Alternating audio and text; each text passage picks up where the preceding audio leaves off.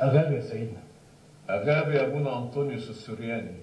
سيدنا الأنبا سوفيلوس رئيس دير السوريان قال لي إن قداستك طالبني هنا في المقر. اتفضل اقعد يا ابني.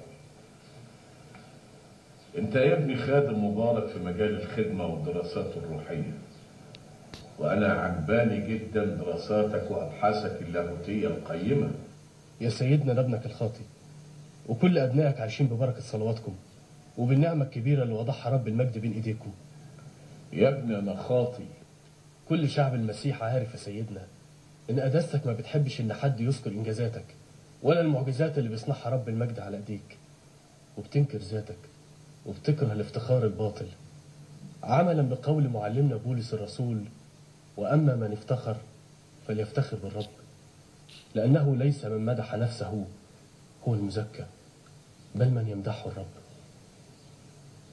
محتاج صلواتك يا سيدنا. يجبني.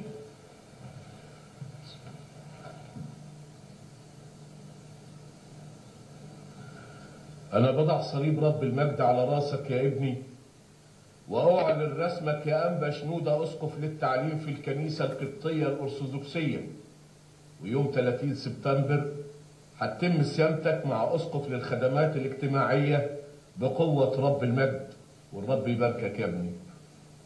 علمني يا سيدنا.